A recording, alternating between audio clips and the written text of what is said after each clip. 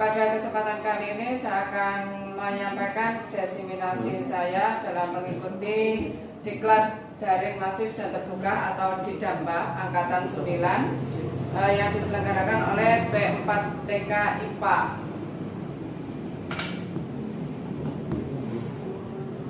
Untuk bisa mengikuti DIDAMBA atau diklat daring masif dan terbuka melalui pendaftaran dulu, jadi harus melalui link pendaftaran.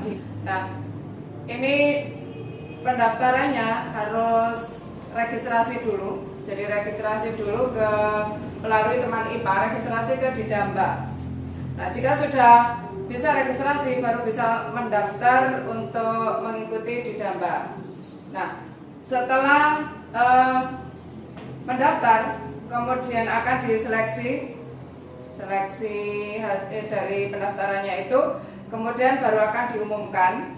Nah, link pengumumannya itu melalui didamba.p4tkipa.net. Kemudian dari pengumuman itu baru dilaksanakan kegiatan. Nah, untuk angkatan 9 ini pelaksanaan kegiatannya mulai tanggal 18 sampai 31 Agustus 2021. Di dalam jurusan fisika, jadi karena saya jurusannya fisika sehingga saya ambil fisika, ada 2 kelas yang bisa diambil. Untuk yang satu kelas terbagi menjadi 2 kelas juga, A dan B, yaitu tentang software tracker, itu dibagi menjadi 2. Kemudian yang satu kelas itu pembelajaran fluida untuk fisika. Jadi ini khusus yang SMA. Jadi hanya ada 2 macam. Sedangkan di sini saya mengambil untuk kelas diklatnya mengambil pembelajaran fluida untuk fisika SMA dengan pengajarnya, mentornya Edi Susianto SPD MSI. Kemudian materi yang dipelajari selama diklat, yang pertama mengidentifikasi permasalahan yang dihadapi siswa. Jadi di dalam kita mengajar pasti ada siswa yang mengalami permasalahan terhadap materi-materi tertentu. Ini khusus untuk materi fluida. Kemudian diidentifikasi dulu permasalahan yang biasa dihadapi oleh siswa. Misalnya di sini saya tampilkan satu saja, yaitu siswa belum dapat membedakan ketinggian zat cair di kaki kiri dengan ketinggian zat cair di kaki kanan pipa U pada saat menentukan massa jenis fluida pada topik hukum pokok hidrostatika. Nah, jika sudah menemukan permasalahan yang dihadapi siswa, maka berikutnya harus tahu apa yang menyebabkan permasalahan tersebut. Jadi akar permasalahannya itu apa? Nah, di sini biasanya yang sering terjadi adalah siswa bingung menentukan H1 dan H2 untuk menentukan massa jenis fluidanya. Kemudian jika sudah tahu akar permasalahannya, berikutnya harus mencarikan solusi. Nah, solusi yang ingin diterapkan ke siswa itu apa? Misalnya dengan menjelaskan penerapan hukum pokok hidrostatika pada pipa U dengan melakukan praktikum menentukan massa jenis zat cair. Dengan praktikum berarti siswa akan melakukan percobaan sendiri. Nah, diharapkan dengan melakukan sendiri maka siswa mudah untuk memahami konsep pipa U itu dengan baik. Ini yang pertama. Kemudian yang kedua, setelah kita mengetahui permasalahan yang dihadapi siswa, kemudian akar masalahnya apa, berikutnya solusinya, kemudian kedua adalah pembuatan skenario pembelajaran.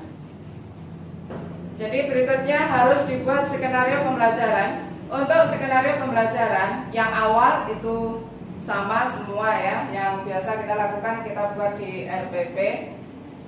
Ada satuan pendidikan, mata pelajaran, kelas atau semester, kemudian materi pokok, alokasi waktu, dan kompetensi inti.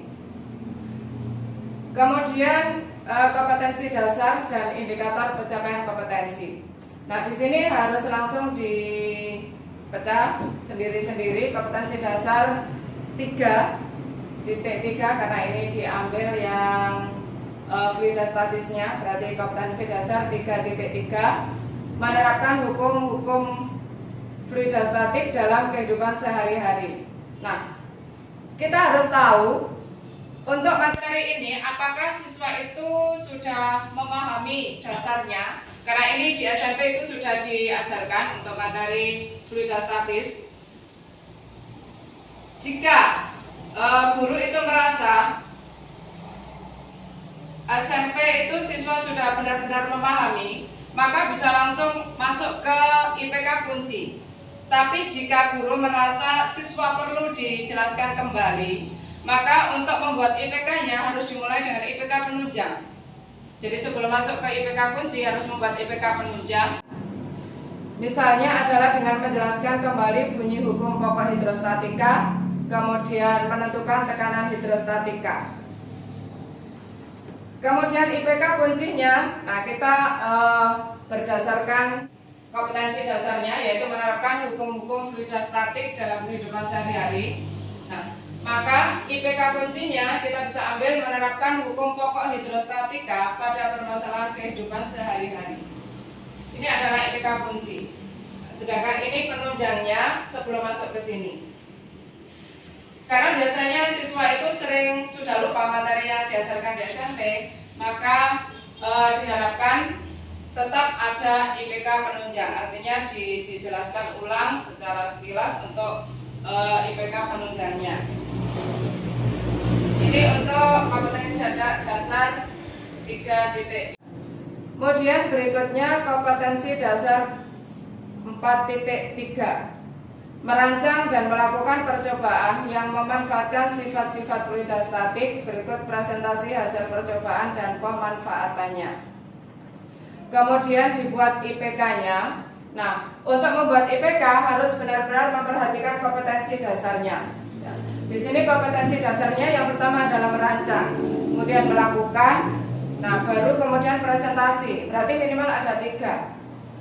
Yang pertama berarti merancang percobaan untuk menyelidiki massa jenis zat cair pada pipa U. Kemudian yang kedua, melakukan percobaan untuk menyelidiki massa jenis zat cair pada pipa U. Kemudian setelah melakukan percobaan, setelah menganalisis data, berarti kemudian yang ketiga, mempresentasikan hasil percobaan penyelidikan massa jenis zat cair pada pipa U. Nah, berarti IPK ini harus terlaksana semua di dalam pembelajaran. Berikutnya membuat tujuan pembelajaran. Tujuan pembelajaran harus memenuhi ABCD, yaitu audiens, misalnya adalah peserta didik, kemudian behavior, ini adalah tujuan yang diharapkan. Nah, sesuai dengan IPK-nya tadi, berarti menerapkan hukum pokok hidrostatika dalam permasalahan kehidupan sehari-hari. Kemudian untuk KD4-nya merancang, melakukan percobaan dan mempresentasikan hasil percobaan hukum pokok hidrostatika. Kemudian condition. Ini adalah cara untuk mencapai tujuan. Misalnya menggunakan metode atau model pembelajaran discovery learning. Sehingga untuk tujuannya dimulai dengan melalui model pembelajaran discovery learning. Kemudian degree. Harapan yang ingin dicapai itu sebatas mana? Jadi batasannya, kalau ingin tercapai semuanya berarti harus dengan benar. Misalnya siswa mampu menerapkan hukum pokok hidrostatika dalam permasalahan kehidupan sehari-hari. Nah, itu siswa bisa mencapainya sampai dengan benar. Itu adalah degree. Sehingga tujuan pembelajaran memenuhi semuanya ABCD. Berikutnya langkah-langkah kegiatan pembelajaran. Seperti biasa dimulai dengan kegiatan pendahuluan, kemudian kegiatan inti. Jika menggunakan model pembelajaran discovery learning, berarti sintaknya harus tercover semuanya, semua sintak. Kalau discovery learning itu ada 6 sintak, maka harus masuk semuanya. Kemudian yang terakhir itu penutup. Kemudian penilaian. Penilaian jadi untuk sikap, misalnya kita mau menggunakan observasi, kemudian untuk keterampilan, karena tadi ada praktikum. Kemudian biasanya kalau praktikum kita pasti akan memerintahkan anak untuk membuat laporan dan dikumpulkan. Berarti untuk penilaian keterampilannya bisa dua macam, yaitu unjuk kerja praktikum, kemudian produknya berupa laporan praktikum. Sedangkan untuk penilaian pengetahuannya bisa melalui tes tulis, bisa ulangan harian, bisa tugas terstruktur, dan lain sebagainya. Nah, jika sudah dibuatkan skenario pembelajaran, maka berikutnya untuk bisa melaksanakan skenario pembelajaran itu dengan baik, maka harus dibuat LKPD. Karena tadi praktikum, maka LKPD-nya berarti harus praktikum juga. LKPD di sini itu harus memenuhi yang pertama, nama percobaan atau kegiatannya, kemudian tujuan kegiatan, alat dan bahan serta sumber belajar yang dibutuhkan, langkah-langkah kegiatan, data hasil pengamatan, pertanyaan pasca praktikum, analisis data atau jawaban pertanyaan, kemudian kesimpulan.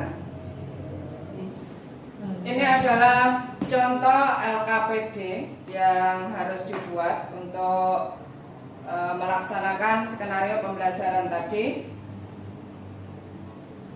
yang dimulai dengan judulnya.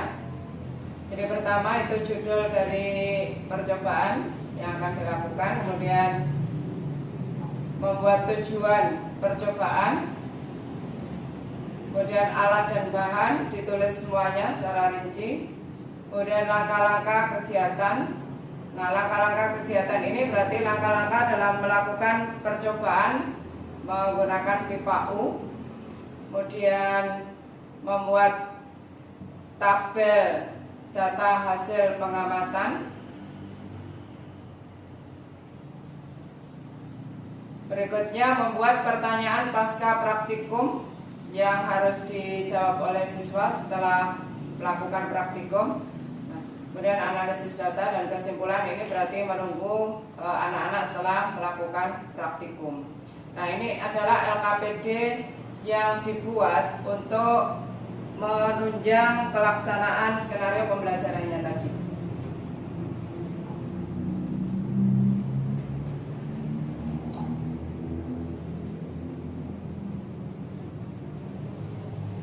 Berikutnya setelah membuat LKPD, maka karena praktikum membutuhkan alat, berikutnya adalah membuat media pembelajarannya.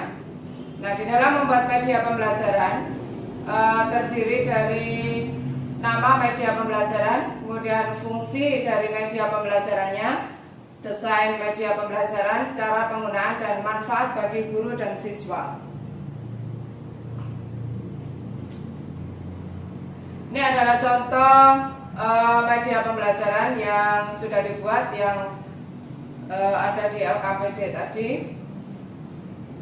Media pembelajaran sesuai dengan LKPD-nya yaitu hukum pokok hidrostatika, dan media pembelajarannya adalah pipa U. Pertama, fungsi dari media pembelajarannya. Nah, di sini fungsinya adalah sebagai sumber belajar siswa pada materi hukum pokok hidrostatika. Kemudian desain media pembelajarannya.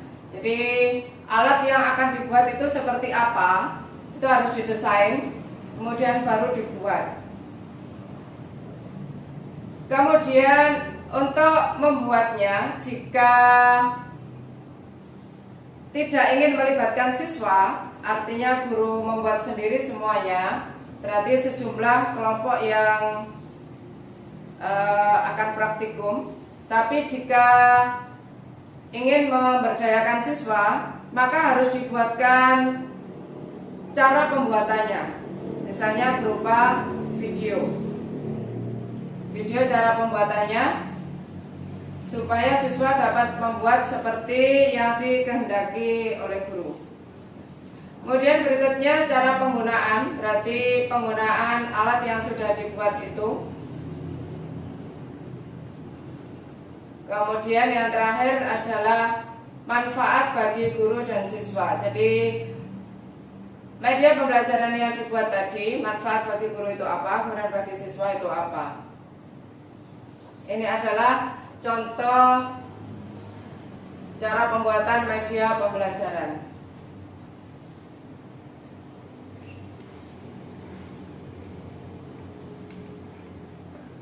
Jadi untuk melakukan pembelajaran supaya bisa lebih baik, yang pertama tadi adalah harus mengetahui permasalahan yang dihadapi siswa, kemudian dicarikan solusinya. Jika sudah tahu solusinya apa yang ingin diterapkan ke siswa, kemudian berikutnya adalah membuat skenario pembelajarannya supaya dapat menjalankan skenario pembelajaran sesuai yang sudah dibuat, kemudian membuat LKPD-nya, dan yang terakhir membuat media pembelajaran.